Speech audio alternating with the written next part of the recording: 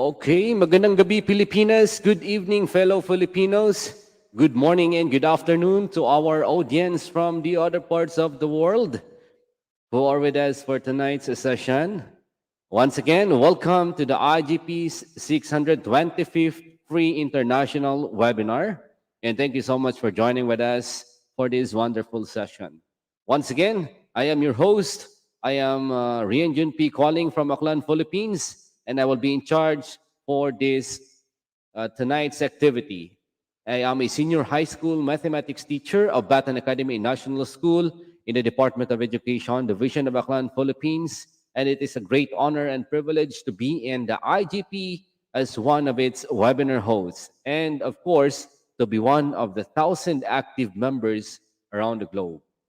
I am happy to welcome you all in this institution of global professionals, free international and webinar, and I hope everyone will stay active to participate in our activities, especially in our IGP quiz for you to have a chance to win an e-certificate and also to our question and answer part later on.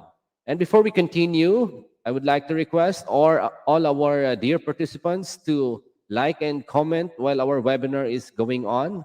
Please tag, share, and mention your friends in the comment box so that we can be able to share with them the knowledge that our speaker will impart to us tonight. In this virtual world, we can watch together and learn together.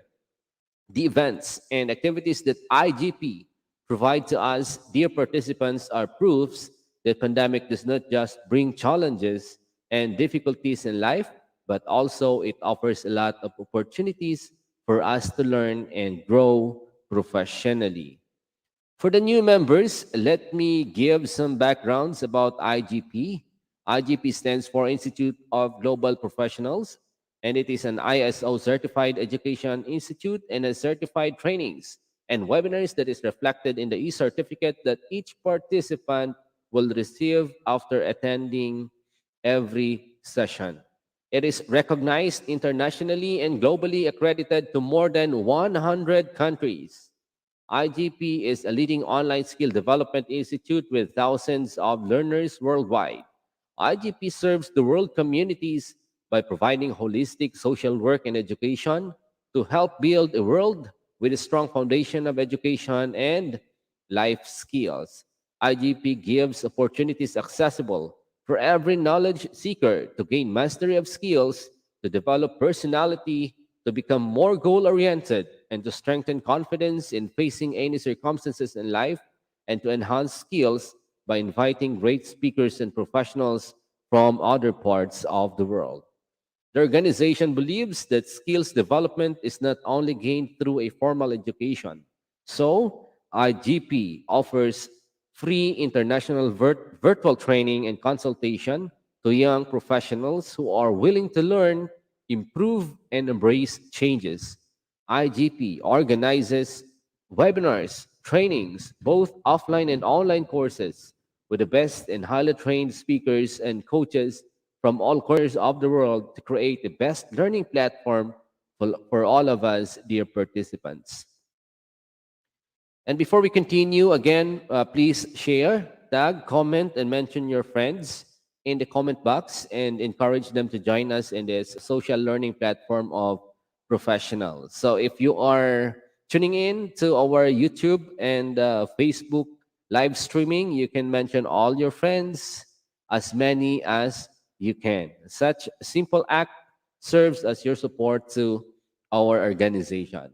Moreover, participants who will attend today's free international webinar will receive an e-certificate that they can use in the future.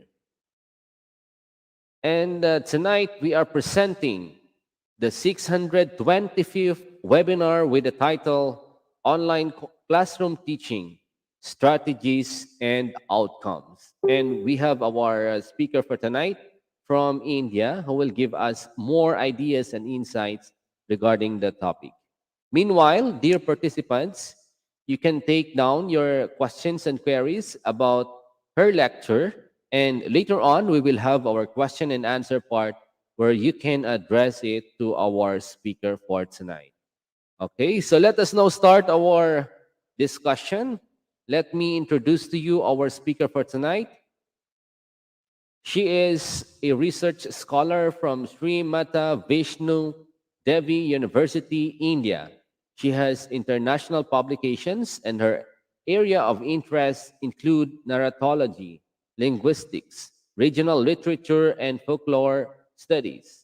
Ladies and gentlemen, without further ado, please welcome our speaker for the 625th webinar session, Devika Sharma from India.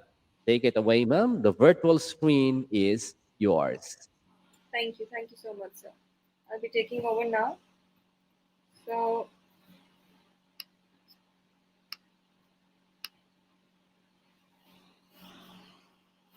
okay, I think it is visible. Yes, ma'am. Okay, I'll be starting then. So, without much ado, I'll be starting with today's topic of discussion, that is online classroom teaching strategies and outcomes. So, today we are not going to discuss something that you're not aware of because we are literally discussing what we are actually doing right now. That is online discussions and online lectures, online lessons, you can call it with any of the names. Now, before I start, I'd like to discuss a few points about this unique style of teaching, that is online teaching. So, when we think of our past, first of all, when we talk about online, it means a device and internet, good speed internet. These are the two basic, or you can say, general things that we need whenever we talk about the online teaching, because without it, it is not even possible for us to come online or talk to the other person or listen to other person, any of these things. So online classroom teaching involves internet and a device that can help us to stay in contact with the other people.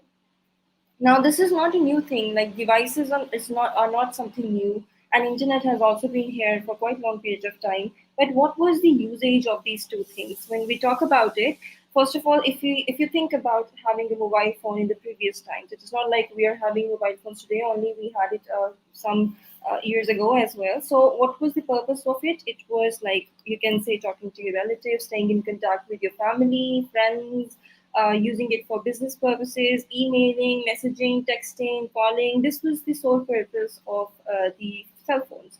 Or you can use your systems or your laptops, anything to mail something or any of such kind. Now, this teaching is also not a new thing. We have a traditional method of teaching, that is classroom teaching, right? We have a classroom, we have lectures, we have teachers. There is a ratio. Say, for instance, one teacher is going to go and teach 30 students, or he's going to teach 40, 60, 100, whatever the strength be, and whatever the type of course is going to be there. We have practicals and so many of the other things that nobody would have thought would have possible to be done online. That is where the teacher is not even sitting in front of you. They are literally in some another space, another place, another room on at one place. Now, when we talk about the mobile and internet, of course, we know this was one of the sole purpose. But we had this one more type of teaching, that is distance teaching, in which the students were actually not, studying from this traditional method where they used to go to these classrooms and where they used to have the teachers in front of them and they used to study from them. They were literally just taking this asynchronous way of teaching where study or this action is not happening at the same place. So they used to provide you notes and you can go back to your home and study them, and whenever the exams come, you come and give the exams. So this type of method is also prevalent in our times. But now this new form of teaching, that is the online setup, then combined with this another setup of distance learning together, has become this online classroom teaching, in which there is a distance, but it is a modified version of distance. Okay, so you are literally studying at one time, you're taking your classes, you're doing everything. It is not solely it cannot we cannot say that this is only one way of teaching, like there is a school classroom teaching and the teacher is going to come and teach the 10 of the students, 20 of the students, and any type of numbers if you're going to discuss over there. But there are other ways of teachings involved in it, that is skill development. So you need not to be in a particular course where a certain type of syllabus is allotted to you and you have to complete it. There are other ways as well. Okay, so if I am interested in, say, some other course, if I'm interested in, say, Egyptian literature. I can just go and learn some from any of the sources present on internet. There are going to be lectures, or there's going to be some information as well from which I can enhance my skills, my interests, or any of the things that you are interested in. How things got interested, we're going to discuss it in the future slide. But the motto of this online classroom teaching is to provide the student with the same environment they had in the traditional setups. So, this one on one conversation that a teacher and a student used to have should not be left behind. This is important. You teach, talking to your teacher is important. You listening to your teacher is important because they are the knowledge givers, they are the guidance. So if you're not going to take the guidance, how are you going to get your work done? No matter how much individual or central learning you are doing, it is always important to have a teacher by your side who is going to guide you through all the way. Now we're going to start with the introduction of our topic today, which is online learning requires good speed internet and a device to access it. So this is the first thing. I think even a layman would be able to understand what does this mean, because without internet and without a device, it is not possible to come online as well. Right now, also you're listening to me via some device and a good internet system, because if you do not have good access to internet, of course there's going to be hindrance and you will not be able to join in the first place. Second is e-learning has become popular in recent times. So this e-learning means electronic learning has become popular. What is the reason of its popularity? It's not like it is something new. It's not like it's just like in 2022 we had this access to these online teaching classrooms like we did not have it previously. While I can just like discuss about two of the courses. That is, one is Coursera and another is EDX courses.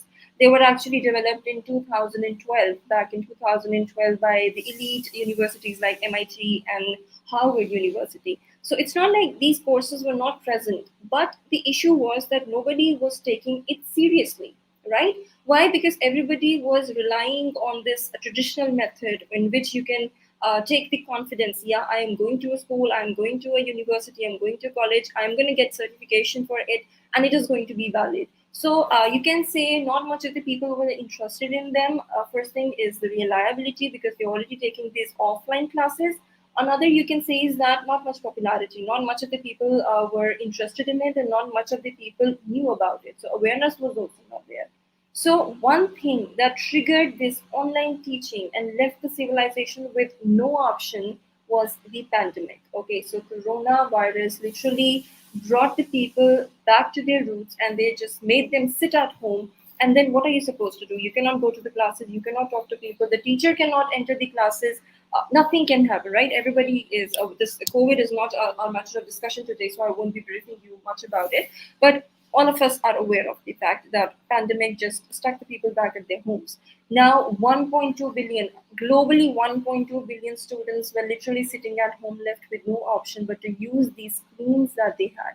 Of course, the people in divide, the people who could not use these internets were at lack. So there are certain measures, there were certain ways in which they would also help. So there are two types of things. Okay, so this is the fourth point I'm discussing over here: the synchronous and the asynchronous courses and the materials. So the people who had these issues with the internet were dealt with the asynchronous, say, you can say screen recordings or videos or notes or PDFs. Everything was given to help the students who could not access this high speed internet, because it's not like none of them had it. So there were, you can say, so many of the ranges where one of the range had the access to internet, another range had it but at a low speed, and the third party did not have any of the access, or like they did not have the device and they did not have the internet.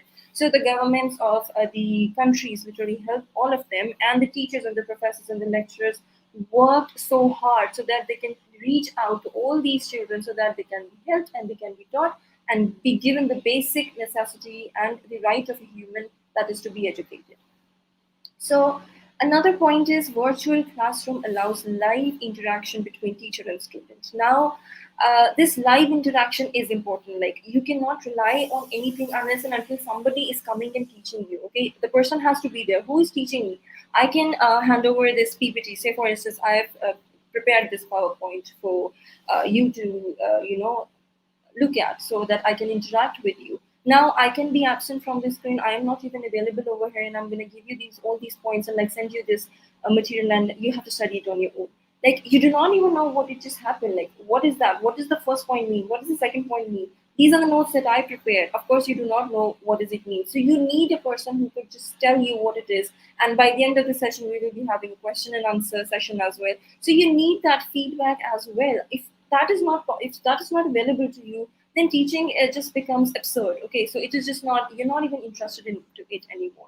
So it is important for the teacher to engage the students, to tell them what are you actually trying to say, to tell them this is the way you have to study, not necessarily on every point, but some points where the student gets stuck, it is the teacher that has to come in the front. So these virtual classrooms, we have so many, say for instance, we're using this StreamYard, we have Google Meet, we have so many other platforms where teacher and student both can come at one time and discuss, giving you the feel of the traditional classroom setups, right? Where one of the teacher is teaching the students and the student can literally just raise their hands and talk to the teacher like, I have a question. So this thing was missing in these courses that I was discussing before, this Coursera course or ETX course.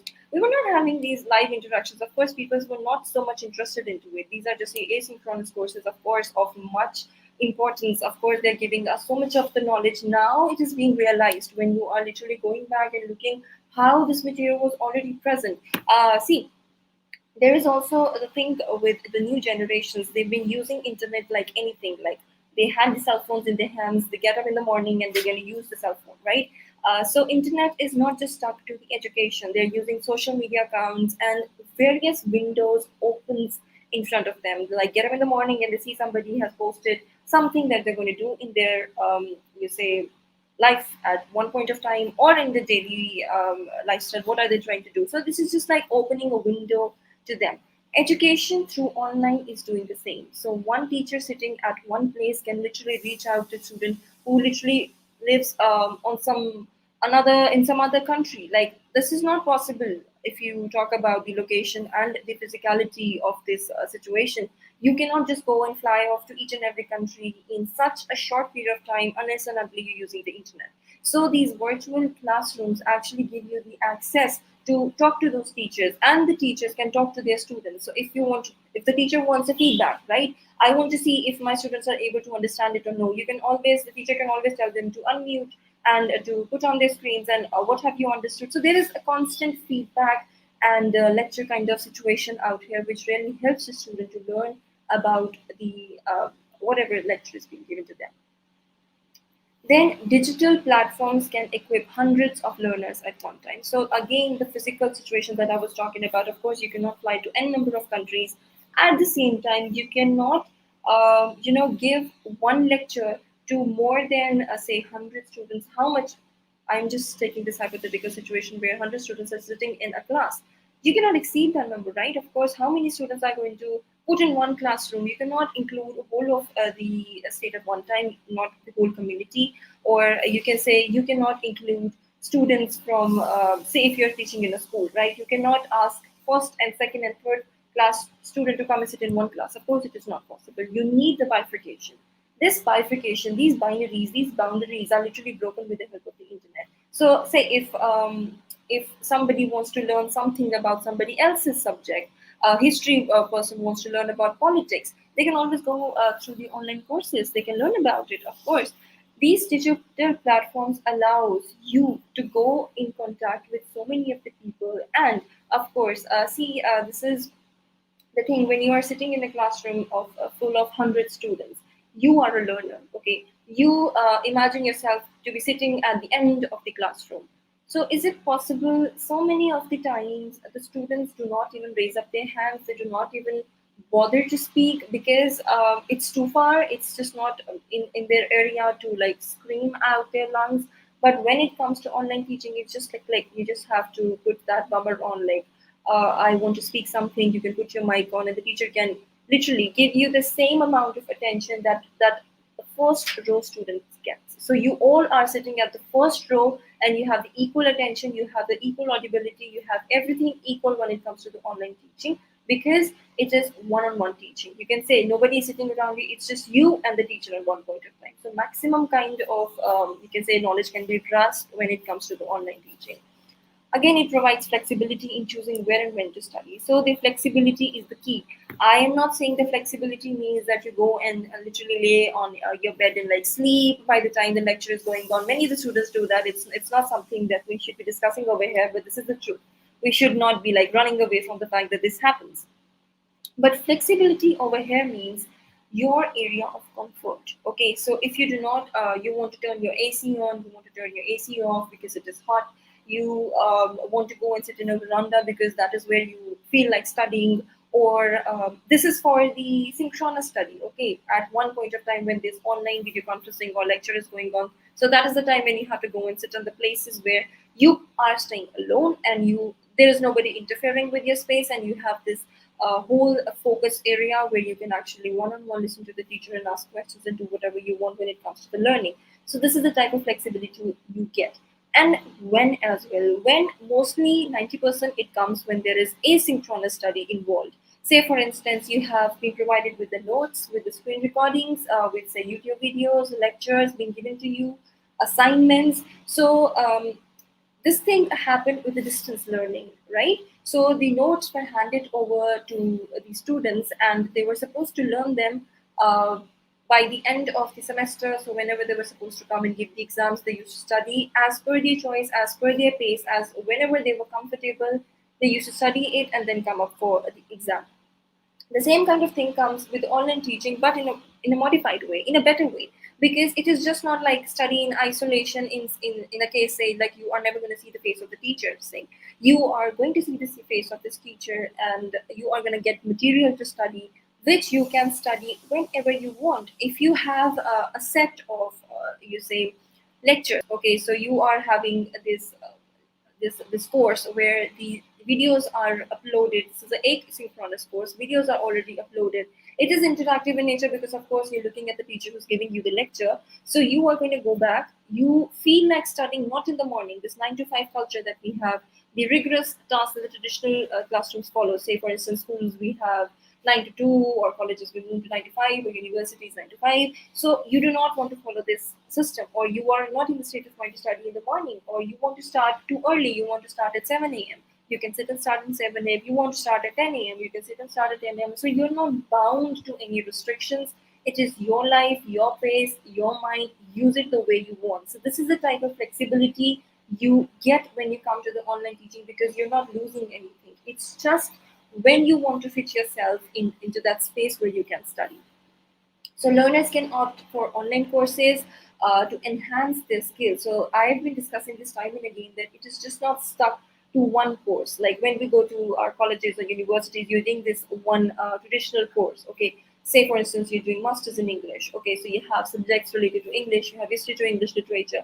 But you, at the same time, I am going to take it some other way. If you want to start your own setup, okay, you want to take tuitions, you do not want to go for the job culture, and you want to start your own profession, you need some management skills as well. If you want to start a business of your own, you need some management skills. Now what are you going to do? You cannot just like make people stand in between the road, like, please tell me how to manage things, I want to start a business. You cannot go on asking to people, right? So same thing happens, even if you have a friend of yours, they cannot just like give you whole of the time to teach you what is management and how you manage things and how you keep your accounts and everything like that. You can always go to these courses. You can use the help of internet, you can use the help of lectures, you can take the knowledge of these teachers who are literally ready to give you all the knowledge they have, with their full hearts, with every heart, with every ounce of their heart. They're literally just ready to give you all the knowledge they have so that it can help you somehow or the other. So there are no boundaries, right? You are literally reaching hundreds of the students. This hundred of the students can include you as well, irrespective of whatever stream you belong, whatever you are interested in, except for that minimalistic course that you are stuck to do in a way. Or even if you're interested in, you have some other interests as well, you can always go and take your skills enhanced from there as well. Except for that, even if whenever it comes to the traditional class, it is known like not all the syllabus gets covered up. So something, a part of it is left because of the restriction of the time, the space, situations, the environment. Someday light is not there, someday teacher's mood is not there, someday the students are not ready to study, so there is some hindrance and all. So there is a loss of time, right? So might be a case, or some other situations, any of the situations, some of the part of that syllabus is left, or sometimes it happens that a teacher has produced much of the effect when it comes to the chapter one, But as soon as he moved to the chapter two, he just like rushed over chapter two and did not complete with all the specifics and then jumped on chapter three. So you are at loss in chapter two, but you wanted to know more about it. You can take the help of these courses. Okay, so they are going to give you this vast knowledge that you actually missed on. So you're not losing anything because of these online courses. Of course, it became a necessity when it was during the time of the pandemic. We had no other option. People had to teach online, and even the teachers who were not so much comfortable with the internet, they had no other issue, they had no other way out, right? They had to teach. They were putting extra efforts in it, and the students were having strains, and like they did not want to study online because they felt uneasy, they felt lazy, they had no peers along with them. Of course, the environment was not there. It was a difficult task, but now it has just become a part of the life. So the discussion is about, should it just continue, or we should literally just shut it? This online classroom should just shut these online teaching, and just like, because now we're able to go back to our schools or colleges or universities, we should again follow that old method, or no? These are subjective answers. The questions are subjective answers. Everybody's going to vary, but we are here discussing about it. And also, it allows the teachers to reach out the learners across the world. I'm literally sitting here out in India, and I'm talking to you irrespective of your nationality. Not everybody over here is an Indian, of course. There are Bangladesh people I heard about, and there are so many of the other nationalities as well, right? Philippines and another Egypt, and so many of the countries and the nations out here. Everybody is listening to me right now via this medium. Okay, this would have not never been possible if it came to the physical situations. I would have not been able to come in contact with all of you if this internet and the device thing was not possible or available.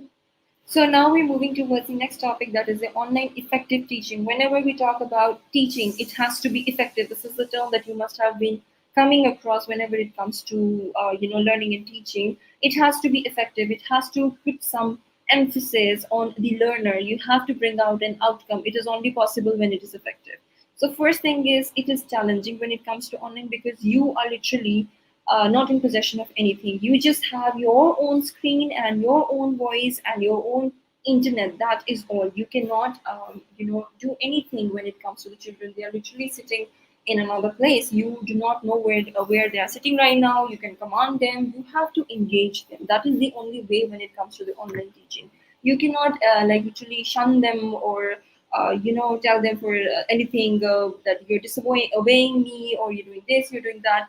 They are literally just going to shut the screen and go off. This is the things that are happening. Not that this kind of behavior is new to a teacher. This is not just a thing that comes to the online classrooms. Like it's just like considered one of the disadvantages, that you cannot control the students, so they are just going to leave, right? They're going to leave the meeting. So this is not something new, because even when we come to the traditional setups, the colleges and the schools, students do bunk. It's a thing that happens naturally. So we cannot deny the fact that it is actually happening in the real space as well. So these virtual realities have their own way of students not showing their interest, but that does not mean this is something, a kind of disadvantage. Of course, it is a disadvantage. We can work on it. We can make it go extinct. We can make it get better with time. That is possible with effective teaching online via the engagement process. You have to engage them, right? So passionate teachers can make online teaching effective. How? By engaging the students. Give them breaks, ask them questions, listen to them, give them the time to give you feedback. Let them ask you the questions, and give them that much of space so that they can actually speak up to you. Aggression, because so many of the time it happens, the teachers are getting frustrated because so many of the glitches that used to come previously, now of course it is in use, so less of the glitches and the problems are seen. Of course, it is in the developmental phase, but even earlier, people used to get frustrated, even the students and even the teachers, because the internet is not working. You are waiting for 2 hours, 1 hour for the students to join in, and then they're leaving because their internet cannot work, and so many of the things. But all of these things can be dealt with. It is just not like impossible to get through this, right? So, right internet connection and the right point of device can literally help you throughout. Above that is the teacher's role. You have to engage the students. There's no other way. Even if you come to the traditional setup, just because it is in one classroom and you go and teach anything and come out doesn't mean you're successful. You have to be engaging there as well. Students will literally sleep in front of you and you will not be able to do anything.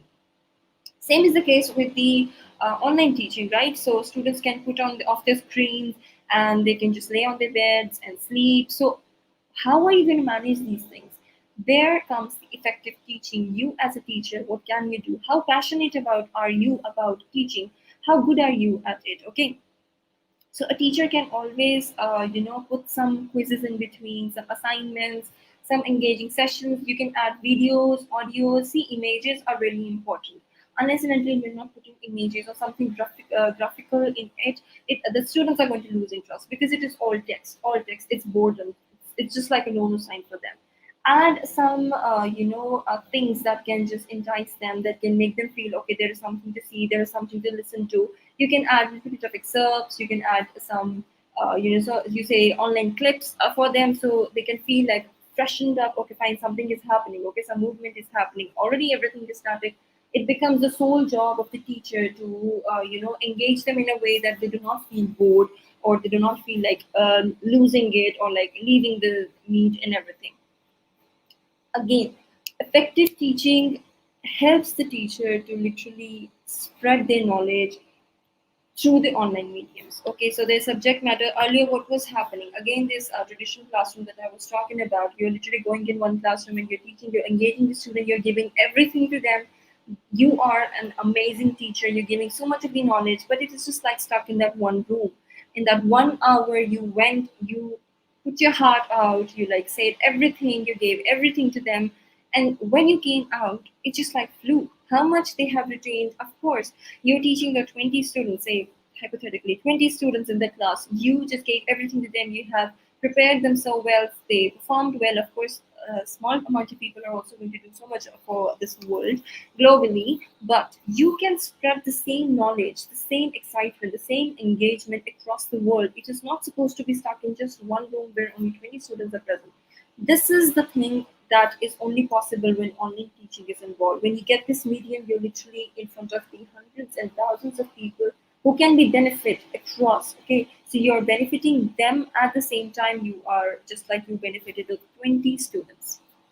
Interactive sessions via virtual classrooms help clear the doubts of students. So, why are these interactive sessions important? Like similar in the classrooms where we used to have this on and on sessions with the teachers, you're raising your hands, you're doing everything. Same is the case with the online teaching. You're getting this platform where you can just literally turn on your screens and you can ask the children to turn on the screen, and there's nothing between you, just the screen, face to face. You can always ask the questions to your teachers from the learner side, and the teacher can ask the questions to the students from the teacher side. Why? Because it is important. The interaction is important, not necessarily just the specific question and answer. You can have discussion about the topic. You can have how are you feeling. You can have discussions with the teachers. Are you getting it? What are the problems they are facing in the subject, and even without the subjects, like even in online, what are the mediums? Okay, so how are things are getting bothered? So you want some other way of teaching, you need less assignments, more assignments. What is the thing that is helping you out? What you felt today good in the class? All these questions, all these discussions, interactive discussions, even when it comes to the group. So you can have these group discussions as well, debates as well. Everything is possible when it comes to the online mediums. Nothing is left. Okay, it's just the physical person that is left. Otherwise, you have the virtual person present in front of you as well. So improving students via online medium is challenging. Of course, it is challenging because the student is not friendly. You cannot deny the fact, right? The student is not in front of you. The teachers had to put extra work into it. They had to, arrange, they reschedule the modules again, rearrange them, remake them. So amount of, you cannot say, you can say the amount of knowledge that can go through these online mediums and the way it is supposed to be given, that has to be altered. Because as I was saying, this was not the way the teachers used to teach. Okay, so we had this own physical way of teaching where physically the teacher was present, the student was present. You had those 20 students in front of you at the same time. You were asking them questions, they were asking you questions, or you were giving them the lectures, or whatever the way you were teaching them.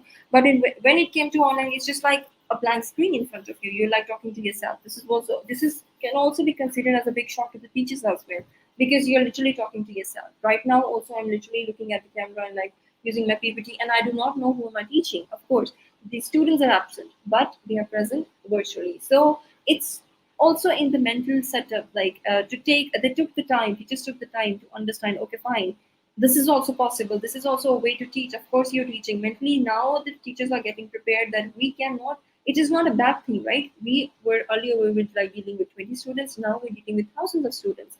Thousands of students are getting the knowledge that would have been wasted when it came to just 20 students, benefiting only 20 and the rest were left. So, of course, it is difficult, but it is not impossible. Again and again, I'm saying it is not impossible. You can take the help of assignments, quiz, you can know the feedback. Okay, you can just end the lecture and give them a quiz to solve in 5 minutes, and then it will give you back. You can check the marks.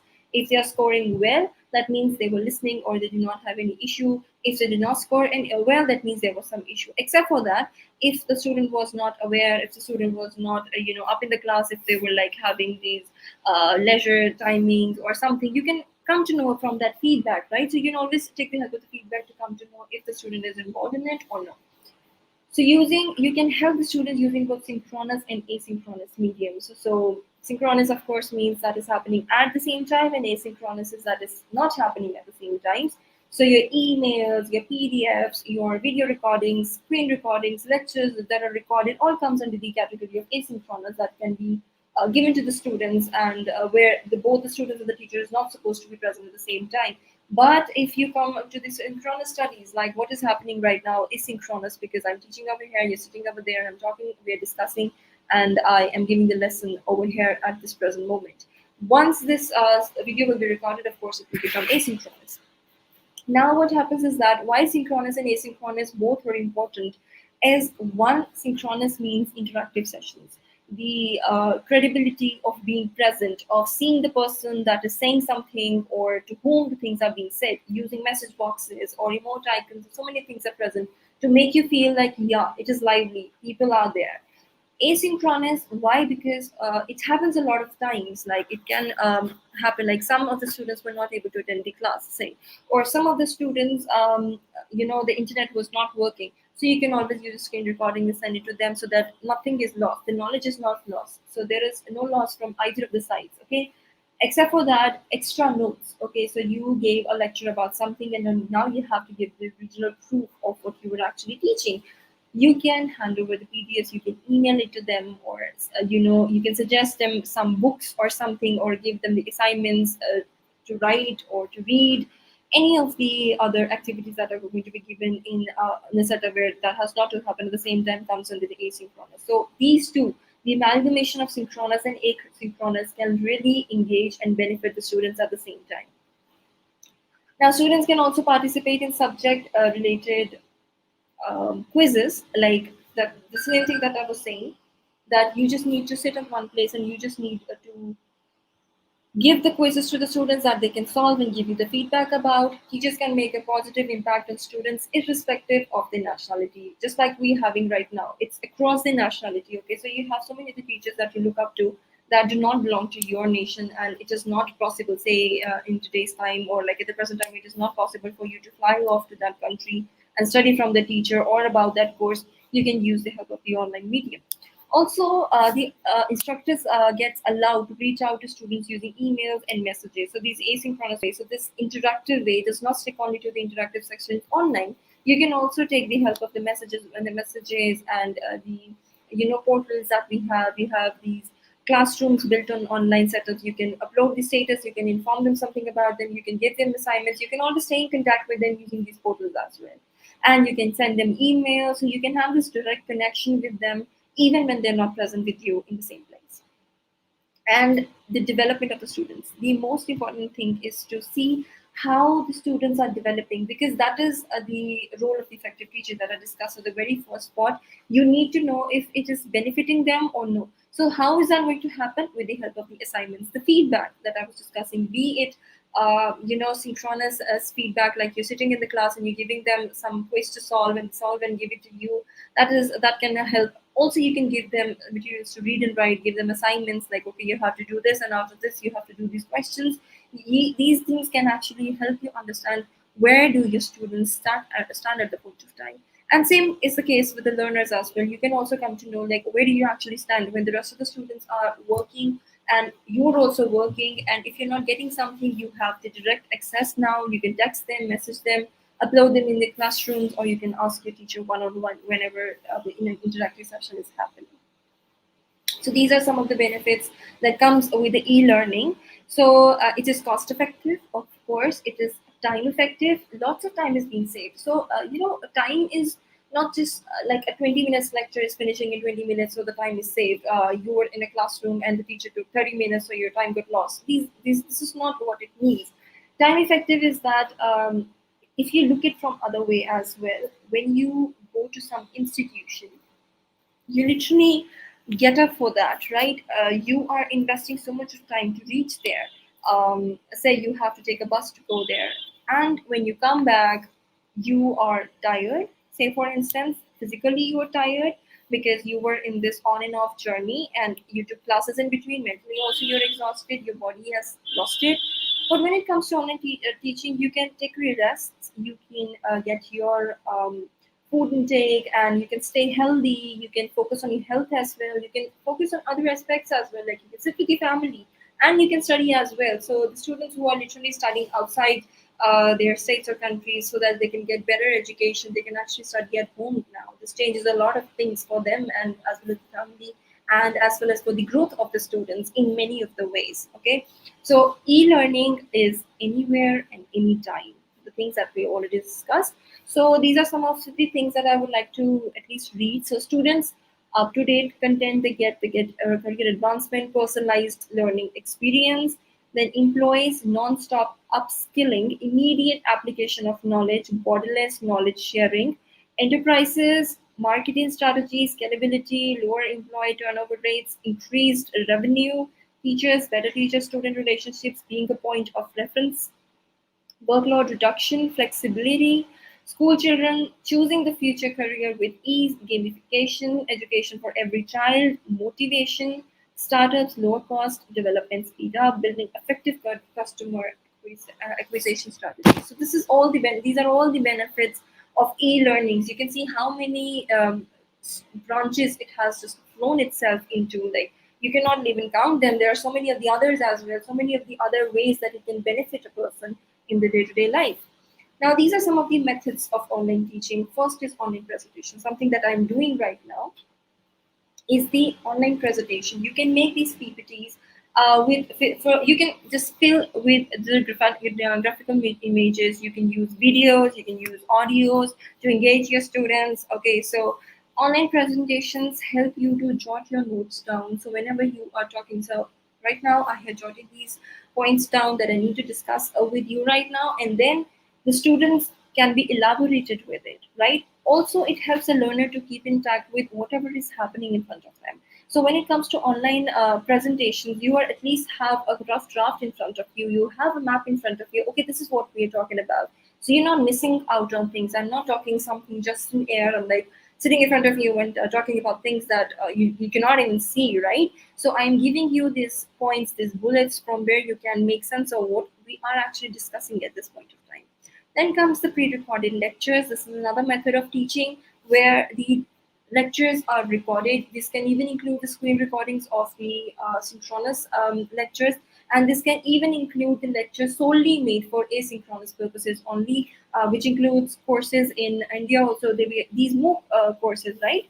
Massive online courses where the students can come up and look for the interest and then just start a course, and you get creditation for it.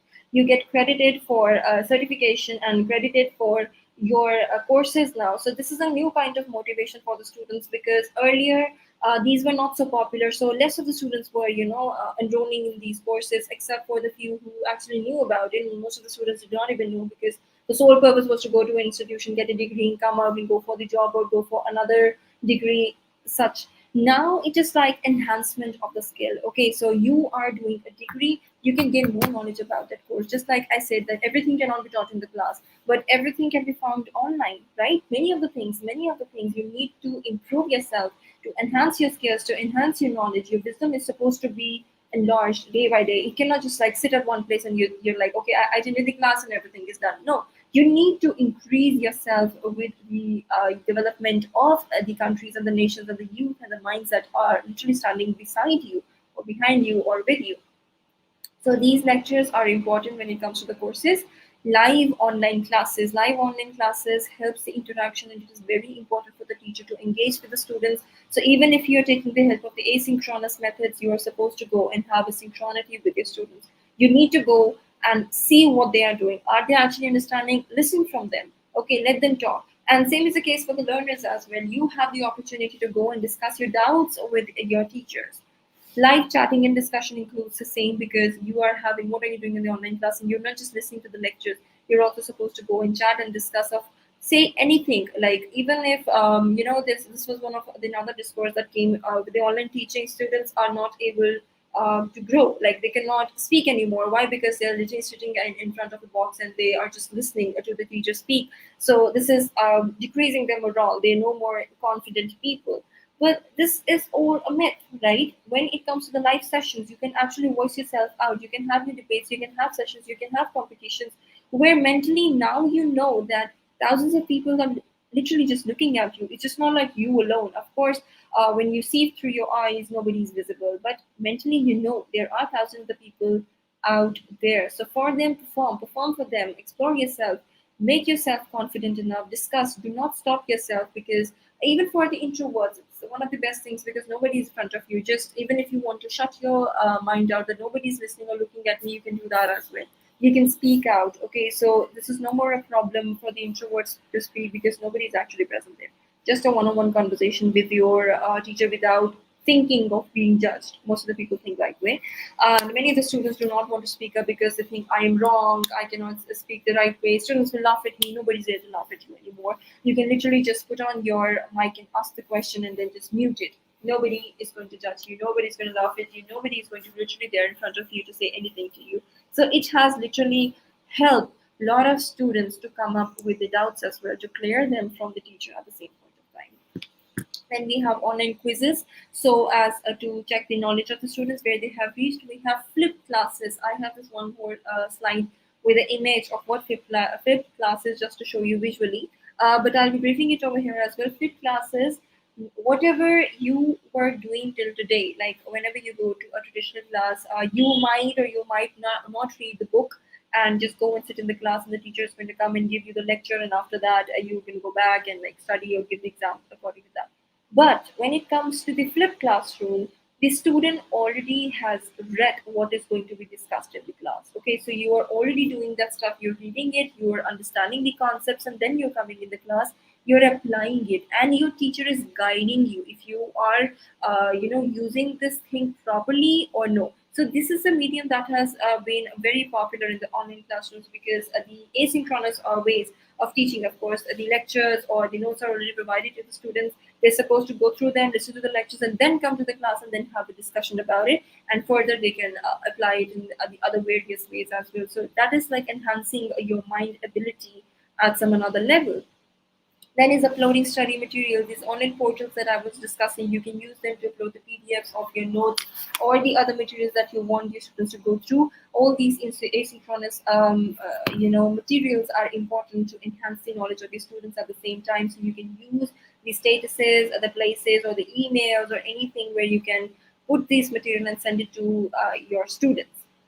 Screen recording, just like I said before, that screen recording is also important, because what happens is that so many of the times, this is also a very beneficial thing. In traditional classrooms, your words were literally just going in air. Now they are being saved. Sometimes you give such amazing lectures, or you explain this thing so better that it could have benefited so many of the students, or so many of the students missed that part. So what happens is that, say for instance, in this real classroom where the students are present, two of the students were absent, and now they are at loss because they did not listen to the lecture due to some personal reasons. Now they are back on the third day, and they want you to give the lecture again. So you're making them sit in your cabin, and you are just giving them the lecture. But you are not in that sort of mind. You are not in that position to give the lecture to them. So you are just going to cut to the chase and like give them the major information and move out. But the loss is still going to be there because you did not give them the full knowledge, right? So for that purpose, these screen recordings can always help. You can give the same things that you say to your 20 students or 30 students to those two students as well. So nobody is at loss. Assigning topics for self-study. Self-study is very important. No matter what way you are studying, unless and until you are putting your head into it, nobody's going to come and help you, right? So self-study is important because you need to know what are you doing. You personally need to know where do you stand, how many things you do not understand, how many things you need to work on, where are the places that you are weak, where are the places that you are strong, where are the places you need to put more focus on. Of course, the teacher is going to do this job. Of course, the teacher's job is to come through all the problems that a student is facing. What are their weaknesses? What are their positive points? How good they are at some points and not. Of course, it's their job, but at the same time, it is your job as well because at the end, it is who are getting educated, right? It is who's going to get benefit, and it is you who's going to be the future of the nations. So it is your job as well to be prepared with yourself. Okay, so you have otherwise how will you be able to clear your doubts? Like if you're going to literally sit in ignorance and like, okay, it is the job of the teacher to do everything for me, that's not going to happen. Okay, you have to put yourself in front, you have to put your doubts out. Okay, I have issue in these areas. How will you be able to come through it? It is only through self-study. Unless and until you're not going through those things, you're not coming to a conclusion to yourself. So all these methods are important when it comes to online teaching as well, because you're literally sitting at your own room and the teacher is not going to come and take your hand from there. So you have to be prepared with where you are at law so that you can be benefited from the teacher's side. So this is what the flipped classroom is about. So you see the student reads off the material or does not read over the material in the classic setting. But in the flipped classroom, the students before the class is has completed the interactive learning module. Then in the classical setting, students listen to a lecture during the class. And what are these flipped classroom people doing?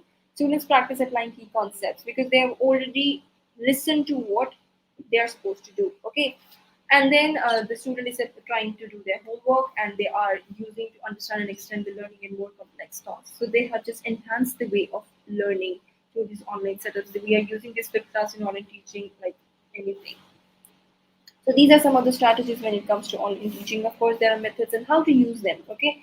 So first thing is to adapting the technology for accessing the platform of online teaching. Just how important is the device and internet in online teaching? It is your expertise in it also. So if you're not able to access these online portals, these technology, then there is an issue. Okay. So if you're not able to put your camera at the right place, simple things like you're not able to share your screen, you're not able to put your voice through the screen, you're not able to make them unmute or mute or like simple things, you are creating the distraction. Okay, same goes with the learner. If you're not able to join in a meeting, if you're not able to connect your internet, if you're not able to sit at the time, to come at the time, you are losing it, you're not becoming the part of it. So when it comes to teaching, you have to be prepared with your lectures, and when it comes to learning, you have to be prepared for getting the lectures as well. So it is like a two thing. Okay, so teaching does not just mean giving the lectures. There has to be equal type of responsibility from the learner's side as well, and it is more important when it comes to the online teaching because you have to be responsible on your side as well. Okay, the teacher cannot come and check if you are sleeping on the bed, if you're literally over there, you went to go and drink your coffee. It's just impossible. You have to be responsible enough to be there to take the knowledge that the teacher is ready to give to you. So another thing when it comes to teaching online is that the strategy is to add the graphic material because it just drives the attention of the students. Okay, there is an image. Okay, there is an audio. There is a video. Okay, these things are happening. To clarify your concepts, use the help of these videos. I'm not saying like like it should be like full on audios and videos and graphics. Of course, the students are going to be lost. Like, what are these images? Like, what do they even mean? You do not have to add all the cartoon videos in that. It's just these things do help. Use the audios, use the videos. Then there has to be 5 to 10 minute session for discussions and feedback. Okay, you have to maintain good communication skills to engage students.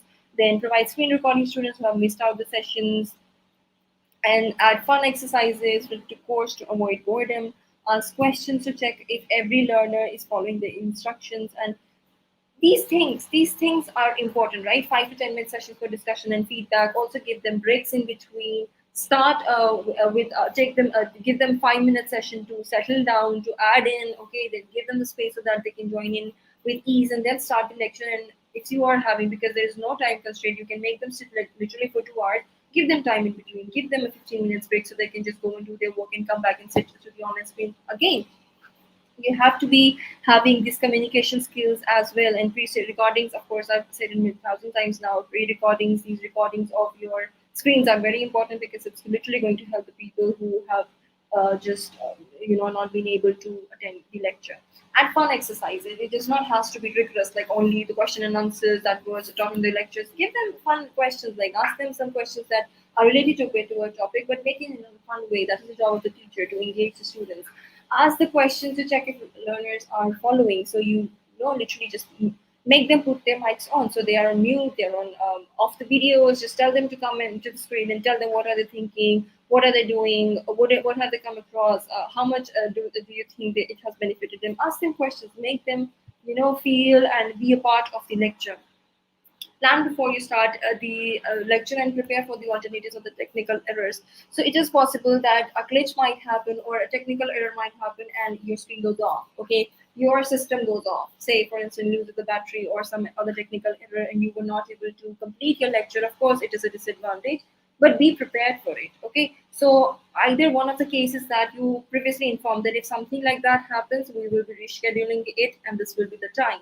Okay, yeah, or just wait for some other, or just like send them a message from some other medium and tell them that prepare, this is the material you have to prepare from it, we'll be discussing it in the next class. You have to be prepared for whatever is about to happen. It is no more just about the lectures, it is more about staying online as well. That is the most important part. Then keep a check of students turning off their screens or staying mute for long. So this is a cue for you. Okay, this is a best way to understand the student is off the way because they are not there for a period of time. You are calling their name and they're not there. So immediately contact them. Use your phones to call them or text them or email them and ask them to join in directly, and then ask why did they behave in this way. So this is going to help you a lot. So these are the advantages. Like we've been discussing it for quite some time, so I've been like reading them out. One is flexibility of time and place.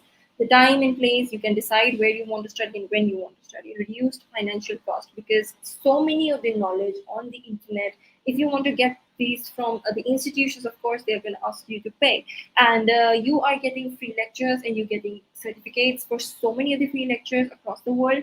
Even if you have to go and pay for some lectures, they're not taking that much of money when it comes as compared to the courses. So now these certificates do also matter when you go to some places to apply or to study. These things add on to your knowledge because they show that you have known this, you have read this, you have studied this. So this is actually adding to your resume. Motivation for student to learn by choice. Now it is your choice, your interest. You want to go to this field. I want to enhance my skill in this. I'm going to do these many courses for my personal knowledge and for the application as well. Provides various ways to deliver an efficient lecture, career advancement, availability of variety of course and programs, technical advancement, provide both synchronous and asynchronous, and global access to education. So it is no more stuck to this national boundaries. The boundaries are broken. Okay, I can just go and listen to some teacher from say America. Okay, I want to listen to that guy. I can just go and search about it and his lectures that are uploaded. If it is uploaded over there, I can just go and listen to them. Anybody you admire from any of the field or some field that you're interested in, you can go and access the lectures from the internet or search about it or get about the material about it, or you can join the courses or the lectures where you're going to get the certificate as well. So this acts as the motivation also because you are getting something out of it, the knowledge and the certificate as well. So some of the disadvantages are, these are the commonly known disadvantages. Okay, the first thing is focusing on screen for long period of time. Of course, you have to focus for long period of time because if it is a 1 hour lecture, of course, and it is an interactive session, you're one on one, you have to sit and like look at the screens, you have to looking at the teacher. Also, when you're getting the homeworks, you have to prepare them online and you have to send them online. You have to study the extra material online, so that might cause strain to your eyes. This is one of the disadvantages. For that, you can always, you know, take breaks in between or use some glasses that is going to protect your eyes from the strains of the screen. So these are some of the ways you can get through it. Technical errors and glitches. The most irritating part is the technical errors. One time I'm just like signing in and another time I just signed out. I do not know how. Sometimes my say email would not work. Sometimes screen would not work. Sometimes it's just like I cannot see anybody who has joined or no. There's so many of the glitches that comes technically, so we have to be patient with it and wait for the right time so that we can deliver or take the lecture. Studying in isolation. In one way, it is not in isolation because you're literally having interactive sessions, but on other part, you're literally studying in isolation. There is literally that, just like I was saying, the teacher is talking to him or herself on screen. You have nobody around. So the studying in isolation is an issue because no peers are there, no classmate is there, nobody is there for even for a learner. You're literally standing and sitting in isolation and listening to the lectures as if there is nobody around. And because of this, the thing that you require is getting aware of being aware of the procrastination. You cannot procrastinate, you cannot be lazy, you have to be self-disciplined, you have to be responsible enough to take the lectures, after one or two lectures. So this is not a rigorous timing, right? If you are going through this asynchronous phases, so nobody's going to come and tell you, okay, this is the class and you have to finish it by today, you have to finish this lecture by today. No, it is up to you. So you have to be disciplined enough to come and sit and take the lectures on your own. Nobody's gonna come and tell you. Teacher can do what? Text you, email you. This is the link. Join in. It is your duty to come and join in the lecture. Okay, because without that, nothing can be done. It is your way. So self-discipline is again very important. Less peer interaction, nobody there with you, difficulty in focusing. One thing is, of course, the long period of time at the screen. Another thing is that because you feel bored after a point of time, that what is happening, I want to go, okay, let's do this, let's eat this, let's drink this, I'm done, I cannot sit anymore. So many things that comes into your mind. At that point of time, engagement does matter. So that is the reason I was discussing before. The teacher has to have these engaging powers. You have to take them out of the boredom, teach the students that it is all well, you are having fun, this is a fun class, and you have to learn. Okay, any of the ways, use the ways to engage them. And the biggest problem is it lacks the environment of the traditional classroom setting. You cannot think of it as a traditional setting. Why? Because it is online. So these are the outcomes. Now, beneficial in a way because students are becoming independent learners. There's increased enrollment in the online courses. This learning has become fun and interactive because why we have interactive sessions as well. So this is the full time and the distance, amalgamated together. Educative growth of the students and the teachers and fast evaluation and feedback. At that one point of time, you're getting the feedbacks as well. If you're giving the quizzes, if you're telling them to turn on the videos, you are getting that feedback at one point of time only. Then this is the conclusion. So virtual learning can help design new curriculums for simple and better learning. So you have to remodify it because what was happening in the real space cannot happen online. So you have to go through the remodifications. But it is in a way a better also because we are a part of technology. The generation now is a part of technology. It is not like education is something that just cannot happen online because everything else is happening online. We do not have any more real conversations, say one-on-one conversations. People do not have time. They're literally using video calling and audio calling for staying in contact with the peers, with the family, students who are going to study outside the country. They are also staying in contact with the family with the help of what this technology. So we cannot make it a joke, or we cannot say that okay, this is the only way of teaching, this is the only way of learning. If you're not having the classical method, you are at loss. No, online way is also a way of teaching. With the help of both synchronous and asynchronous mediums, we can produce much impact. Synchronously, you can synchronous and asynchronous mediums can literally help you to get out this way of doubts and self doubt, and the learners can also learn more. They can interact, they can study the material at their home, and then they can have interactive section to clear the doubts. And the same is the case with the teachers as well. They can also come and know how much the students have understood and can give some extra knowledge as well. Online instructions helps clear the doubts of the students. Enthusiasm of both teacher and student is important for online learning because even if one of it is lacking, of course, it's going to be a fail. Mid breaks and discussions helps avoid the boredom, allows student to learn at their own pace, helps learner to gain knowledge, and with online learning, it's possible to build a positive learning environment on a global level. So it is no more a national thing, it's no more a classical thing. You can just go global, you can just go and teach anybody you want, you can give your knowledge, you can take knowledge all through the medium of online learning. So some of the questions that How is it important? Say, should we carry it on? No, it is good or bad, like a good or bad way of teaching. These are subjective questions, and there has to be a subjective answer for all of these. There are benefits, there are losses, no matter how much you look into any of the situations. Even the classical teaching had flaws. So of course the online teaching has flaws as well. Does not mean that it is a fail. It is also a sort of new genesis of new way of teaching. So we should take the help of this, and we can also use these mediums for both online and offline teaching, again connected together to produce much impact on the students and to reach out maximum students as much as we can. So this is all. Thank you. I will be concluding now with the lecture.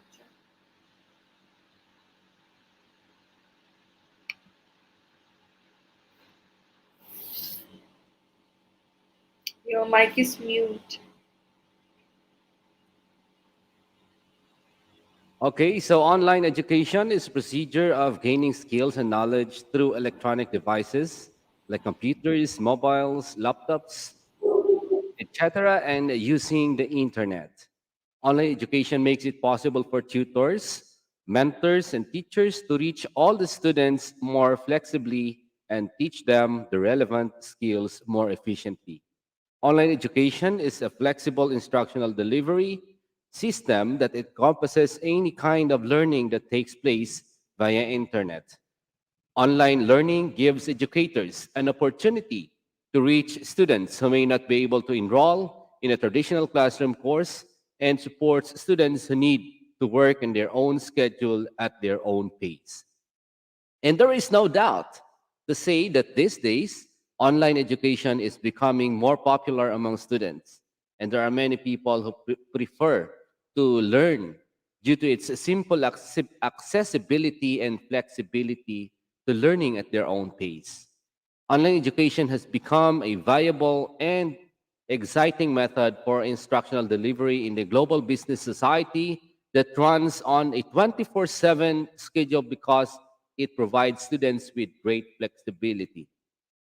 As what was discussed by Ma'am Devika, online education has a lot of benefits to offer. Ladies and gentlemen, those are my takeaways in the discussion of Ma'am Devika, and I hope you have your own takeaway for tonight's session. Thank you so much, Ma'am Devika, for sharing us your valuable time and Thank for you. giving us your insights and ideas about online classroom. As one of the young professionals in the field of education, I have learned a lot from you tonight and from your discussion. So thank you once again. Ladies and gentlemen, let us give a virtual applause to our speaker from India, Ma'am Devika. Okay, ma'am, may we request you to please stay for a while because we will still be having our question and answer part so that our participants can address their questions and queries about the topic that you just discussed. And we will have that after this quiz competition. Is it okay, ma'am? Yes, sir. Sure, sure. Thank you so Okay, much. I'll be thank waiting. you so much. Okay, so let us now proceed to the quiz competition for tonight's session. And we will start our quiz competition after this video.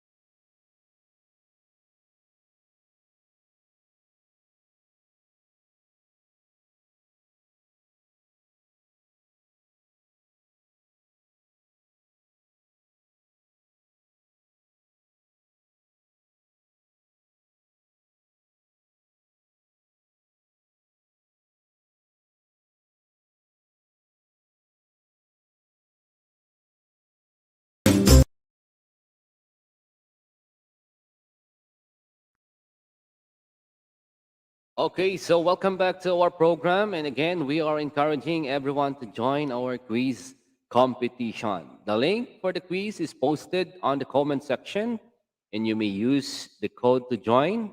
The code is posted on the screen.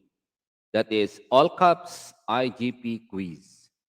You may also access the quiz competition by browsing www.slido.com, and you can still join directly even without downloading the Slido app or even without an account in the Slido.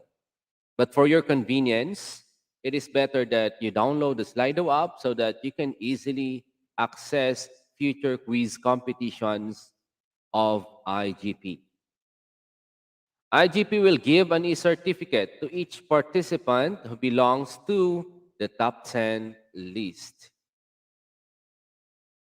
Okay, so again, you can access the IGP quiz competition by using the code posted on the screen. That is all caps IGP quiz.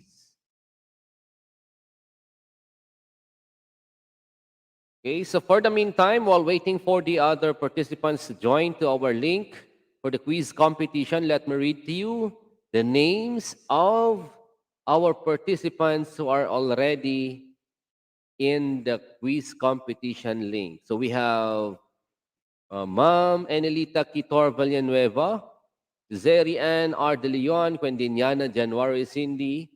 We have Cristina Vidal Rosario, Eglantina Sheho, Patricia Carvajal, Nancy Barotil, Emily M. Rifollo. We have Roland Ocampo Jr., we have Laris N. H. De Paz, Aldrin L. Ray. We have Jolene Gomez, Ray Paulo Z. Libiran, Hazel P. Singalivo, Ramirez Martinez. We have Ricky R. Colima. We have Baisa Pakil. We have Upma Vashist, Zairis N. G. Pentecostes. We have Mian Kate Villanueva, Yadrobal J. Pinatil. We have Grace Orejola, Sonam Yangchen, Abeth de la Cruz. We have JB Aparicio. We have Yadrobal J. Pinatil. Okay, we have Ashok Kumar Adhikari. We have Amelita. We have Jolene Gomez. We have Priscilla Lynn L. Palma. Okay, so we are now to 84. We have 84 participants in our quiz competition, and we are still waiting for the others to join. Okay, we also have here Ma'am Garima.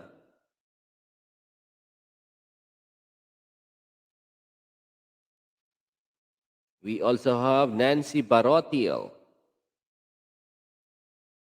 Aldrin R. Ray.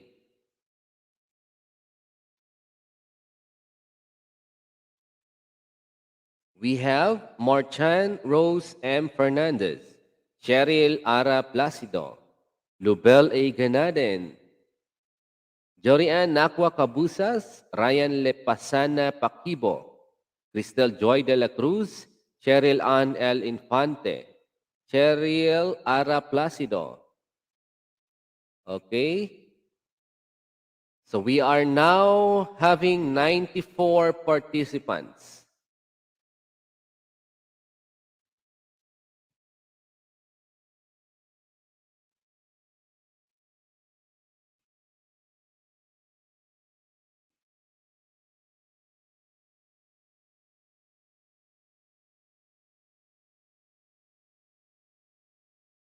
Okay? Okay, so let us wait for a minute so that we can be able to start our quiz competition. So for the meantime, we now have 96 participants for our quiz competition.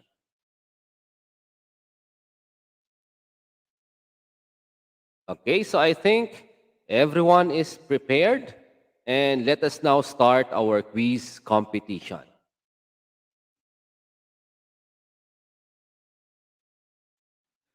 Question number one. Select teaching strategies, technology, media, and materials based on learning outcomes. It is important to select what supports learning. We only need to use the materials in the course book.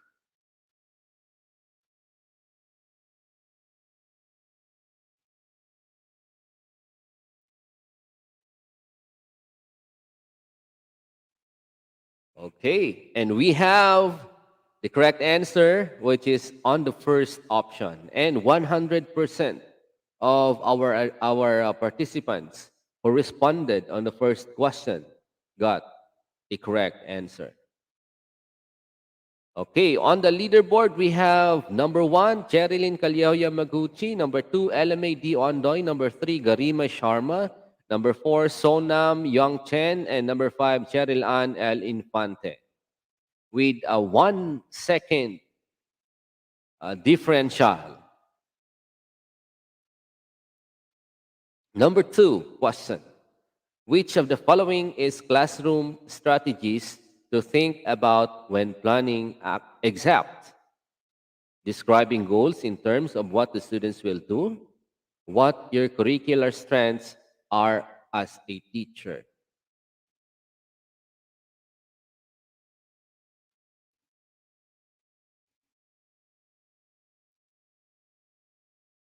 Okay, and the correct answer is what your curricular strengths are as a teacher.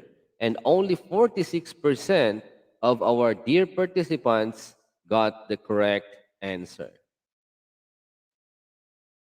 Okay, and we have now new names on the leaderboard. For number one, we have Maylin B. Gayas.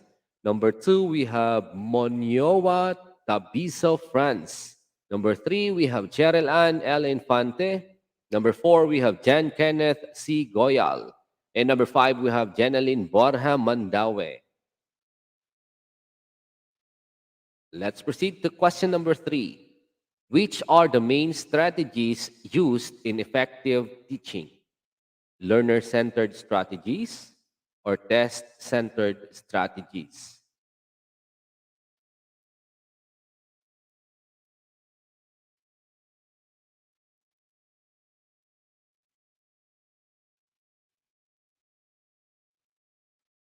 Okay, the correct answer is the first option, which is all about learner centered strategies. And 98% of our participants got the correct answer.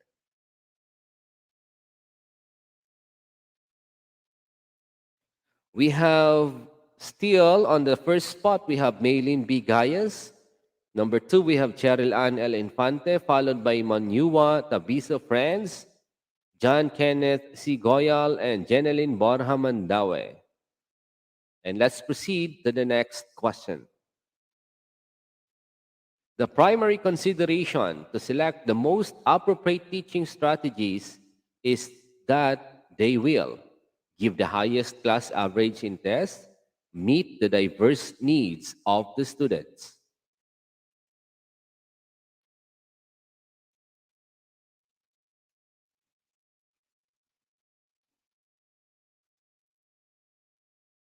Okay, and the correct answer is meet the diverse needs of the students. 97% of our participants who responded on this question got the correct answer. And let us now check the leaderboard. Okay, we have a new name on the first spot. We have Ma'am Cheryl Ann L. Infante, followed by Maylin B. Gayas, John Kenneth C. Goyal, Jeneline Villar Resurrection, and we still have on the fifth spot, we have Monua Tabiso France. Next question. Which of the learning outcomes are intended in the teaching organized at understanding level? Seeking of relationships and patterns among facts, or longer recall and retention of facts?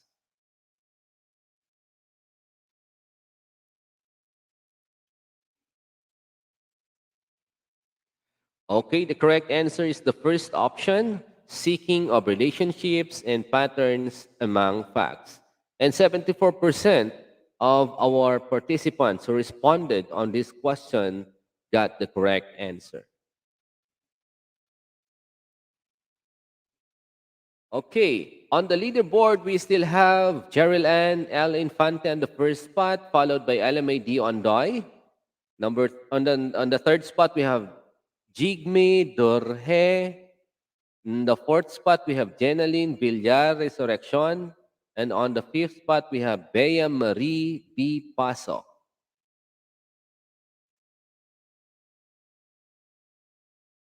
Okay, next question. Classroom interactions are influenced largely by students' commitment or teacher-centric environment.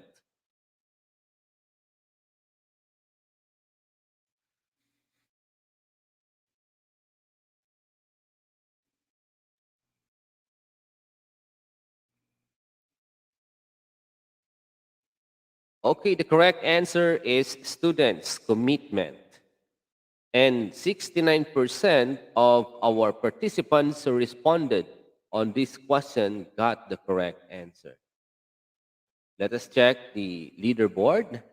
We still have on the first spot Ma'am Cheryl Ann L. Infante, followed by LMAD Ondoy, Jenaline Villar Resurrection. And on the fourth spot, we have Jerilyn Callejo Yamaguchi. And on the fifth, we have Alan H. Brutas.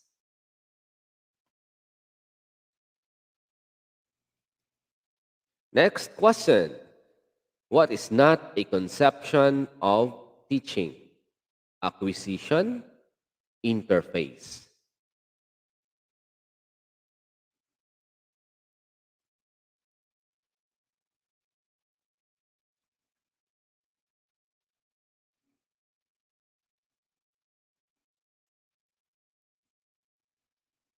Okay.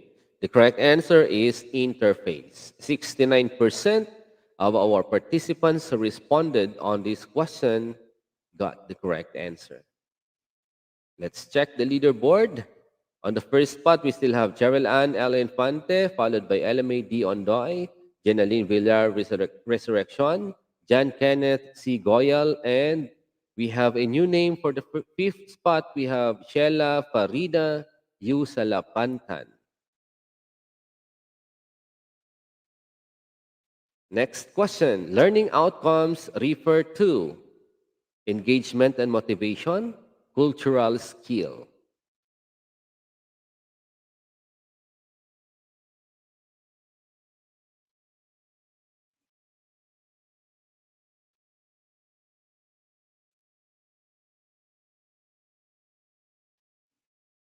Let us check the correct answer.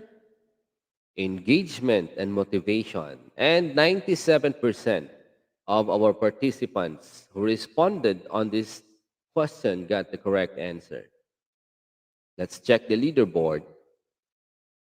Okay, we still have Ma'am Cherry Ann L. Infante in the first spot, followed by Alamay D. Ondoy, John Kenneth C. Goyal, Sheila Farida U. Salapanten, and on the fifth spot, we have a new name, Eglantina Sheho. The next question, number 9. What is a flipped classroom? Teachers preparing digital lessons to be available online, drills and practicing to prepare a presentation to an entire.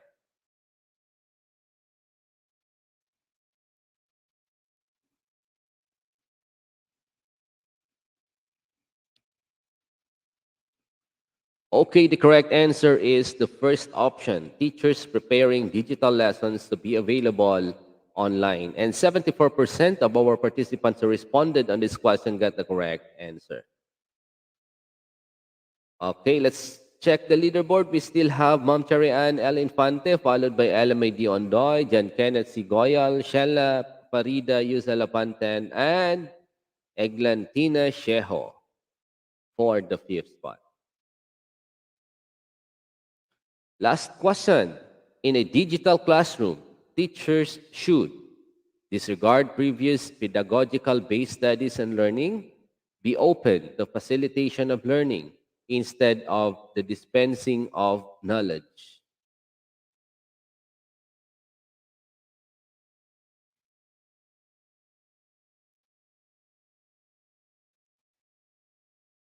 Okay, the correct answer is the second option, which is be open to facilitation of learning instead of the dispensing of knowledge. And 92% of our participants who responded on this question got the correct answer. Congratulations. And we already have the top five of the quiz competition for tonight. We have for the first spot, we have Cheryl Ann L. Infante. On the second spot, we have LMA Dion Doy. For the third spot, we have John Kenneth C. Goyal. Number four, we have Eglantina Sheho. And for the fifth spot, we have Sheila Farida Yu Salapantan. Let us check the sixth to the 10th spot participants. Okay, so we have on the sixth spot, we have Jeneline Villar Resurrection, followed by number seven, Mian Kate Villanueva. On the number eight, we have Emily M. Ripohio. Number nine, we have JB Aparecio. And number 10, we have Jessa Apostadera. Okay, congratulations to our winners.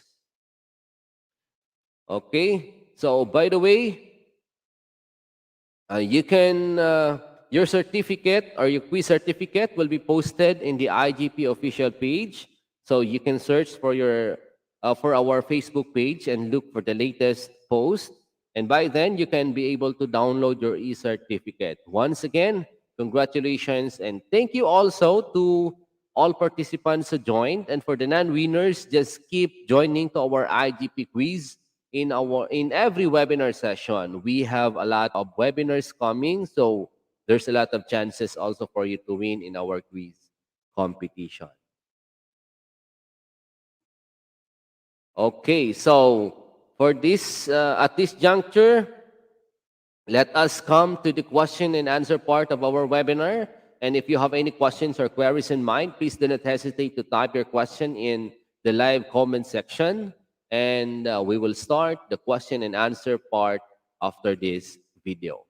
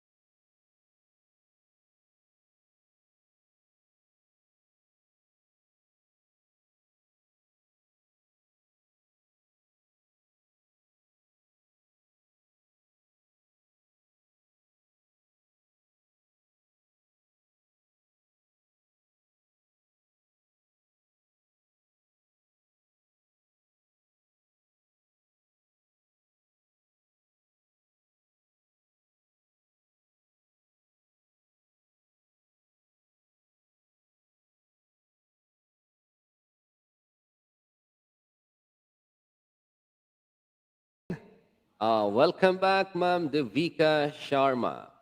Thank you so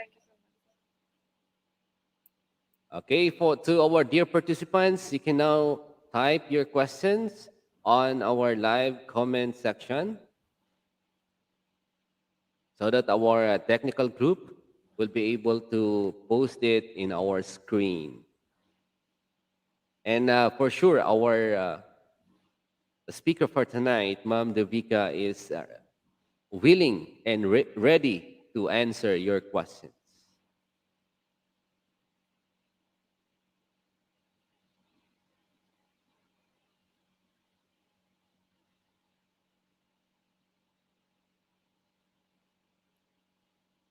And for sure, everyone will agree that the topic that was discussed tonight is very relevant. Okay, let's have the first question, ma'am, from Mac Alfred Bahamunde Malakat. Good evening, Ma'am Devika. How stressful do you find teaching remotely during the COVID-19 pandemic? How stressful were your students while learning remotely during the COVID-19 pandemic? And how was your experience teaching students from home as compared to teaching at school? Okay, so we have three questions Okay, so this is interrelated. like a big question in itself. I guess three, four questions in one thing. But first of all, I will be answering you from both the learners as well as from the teacher side because I'm still pursuing my PhD and I am learning as well. I was teaching for that period of time as well. So, first of all, it was stressful. I would not say it was stressful when it came to teaching. One thing that stressed the students was that the lectures that were given by the teachers, they were not ready to study. Okay, this was the first thing that as a challenge I found as a challenge as a teacher because they were not ready to study. They were offline. They were at their homes. So there was this perpetual story of students not signing in. Even if they have signed in, they would say that the internet is not working. If you would ask them the questions, they would say, "Ma'am, my internet is not working," and they would just, exit the class. This was the first thing that I faced as a teacher. So even if I am sitting online, I'm giving them the lectures, they would turn off their screens, and if I would tell them to turn on their screens, they would not, and they would just simply drop a message that my internet is not working, and they would move out. So to fight against such situations at that point of time was stressful for a small point of time because after that we had to acquire the situation, we had to make ourselves ready for whatever was happening. And I personally started asking them questions in between the class. I started engaging them, I started giving them quizzes, time out to do whatever they want. And after few classes they started responding, so it was not a thing that could have not been come across. And I did not expect it. Of course I expected this is what students were doing. There were so many of the memes with the same things. But as a learner, I would say I was taking these online lectures. Okay, the issue was it just became monotonous after a point of time. If the teacher was not engaging the students, it was very monotonous to listen to them. It was boring. You did not want to be a part of it, and you were literally thinking of leaving the class and doing it on your own. But both the things were beneficial because even if you were leaving, you had those recordings with you, right? After one point of time, I have to pass the exam. As a student, I have to clear my doubts. The teacher is going to give the lecture and go off, right? So it is my loss, not their loss. They're giving what they have to give. As a learner, it was my duty to, if I was not attending the class at that point of time, I made sure that I'd go and do the work after that point of time. So, roundabout the first 6 months of the pandemic were full of these rifts. After that, it narrowed down and it was brought to a conclusion. And as a teacher, I was giving them assignments and I got a positive response. Also, as a learner, I adapted the environment and I started studying also. So, that would be my answer. Okay, thank you so much, Mom Devika, for that wonderful answer. Okay, another question from Ray Libiran. Good evening, Coach Devika. How can I assist students with emotional and behavioral difficulties in an online setting? Yeah, so this is what I was discussing before also, that students used to skip the class because of their own personal behaviors and all. So emotionally, of course, because emotionally I'd say at that point of time and at this point of time there is a difference. During the pandemic, people were going through a lot of things. Okay, so there was this whole pandemic across the world and negative vibes. People were getting pessimistic and so many of the things at that point of time.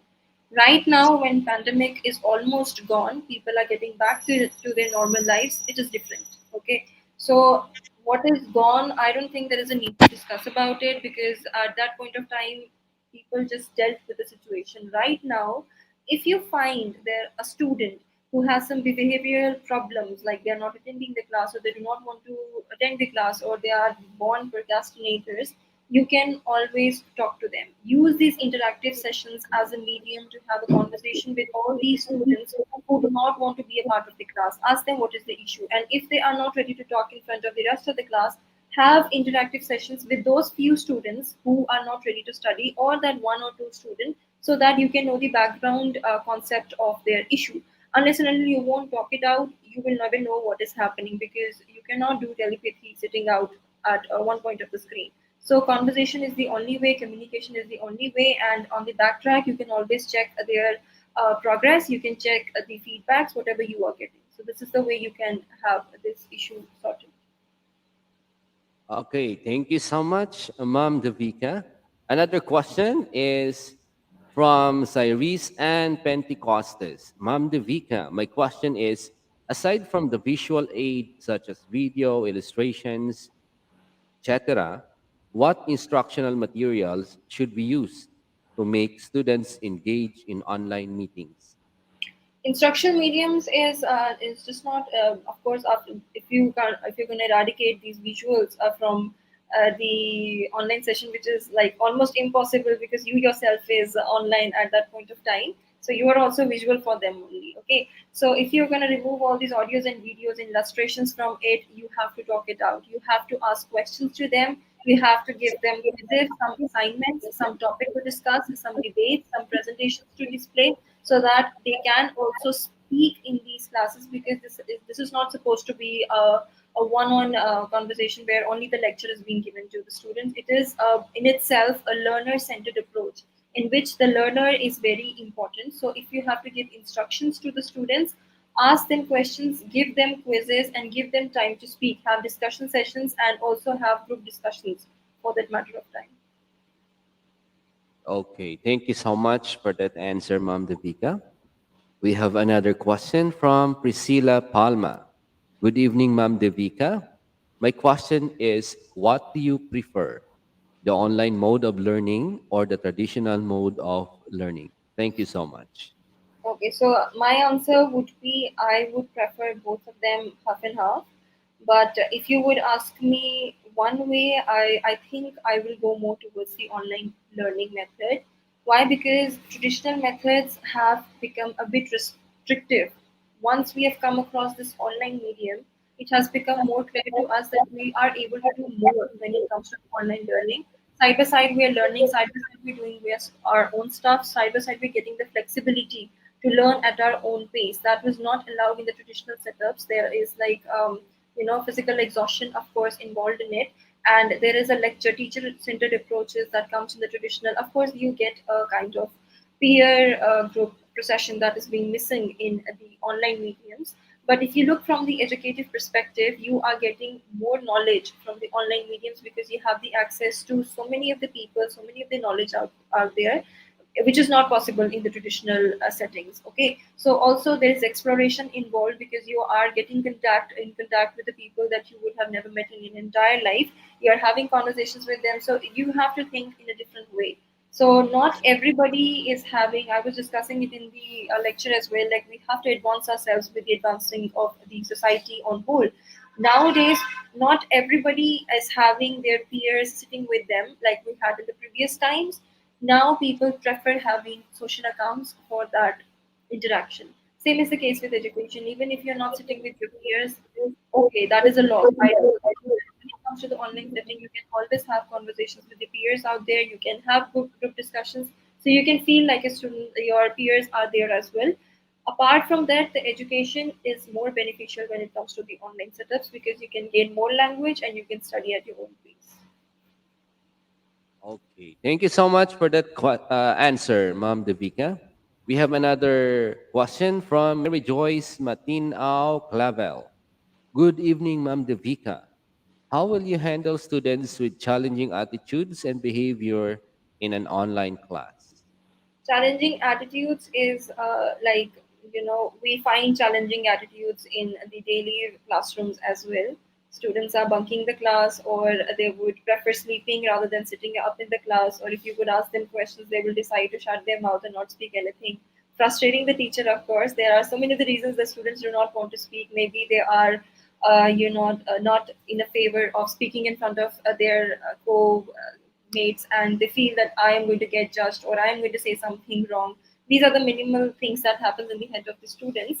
But in online setups, if a student is behaving that way, you can simply opt for the same thing that you do in your traditional setups, that is having a conversation with them, emailing them using text messages. You can call them as well, or you can have interactive sessions for knowing what their issue is. And you can always go through their grades. If they are not advancing, that means there is some issue.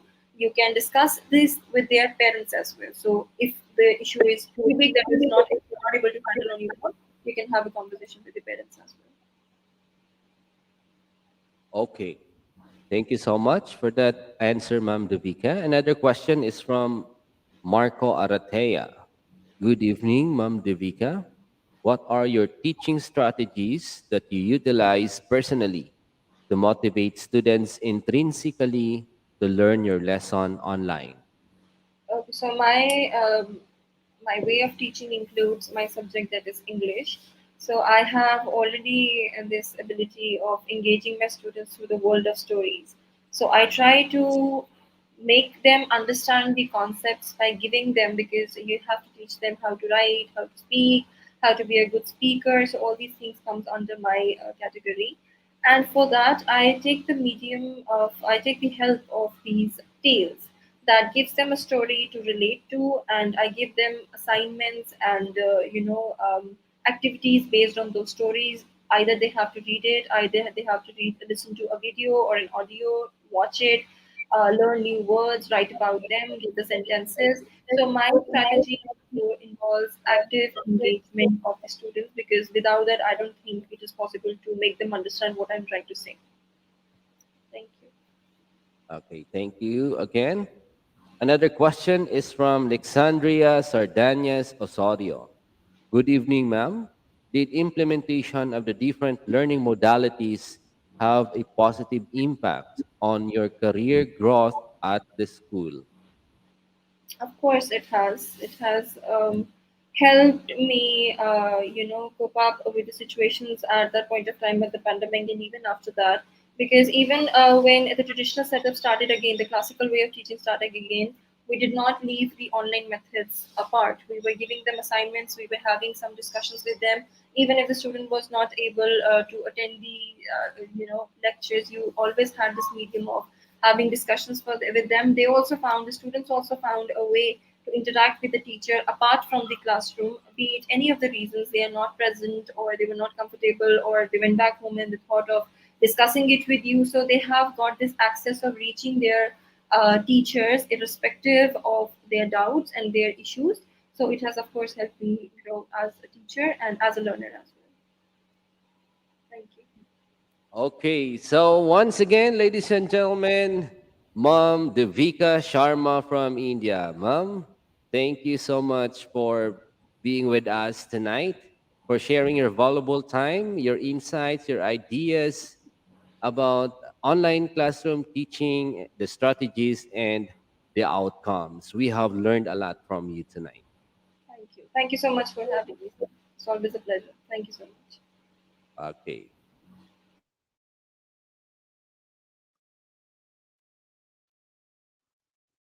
Okay, so that's it, ladies and gentlemen. And as what you are seeing on the screen is the code that you will be needing to download your e-certificate. Okay, so if you have your cell phone or if you're using the laptop, you can take a screenshot or you can take a photo so that you can be able to use it to download your e-certificate. Without this code, no one is eligible for certificate.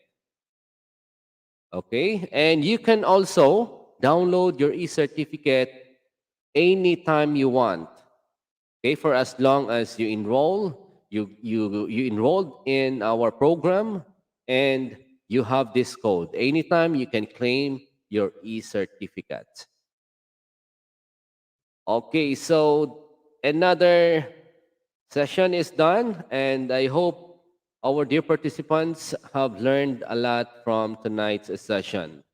Okay, so before we end, let us have this short reflection. Do not let this pandemic hinder your success to grow. Never allow it to stop you from achieving your dreams in life. Instead, let us look at the positive side and think of how we can be able to adjust and adapt with the changes brought by this pandemic. Remember that it is through pandemic that we were not able to interact physically, but it is also through this pandemic that we were able to learn how to utilize different learning platforms to connect and communicate with great people in the whole world by having webinars like this for free, and that is brought to us by IGP. There are many things to be thankful for. Thank you, everyone, and thank you so much, IGP. We hope to see you all again in the upcoming webinars. Stay happy and stay safe, everyone.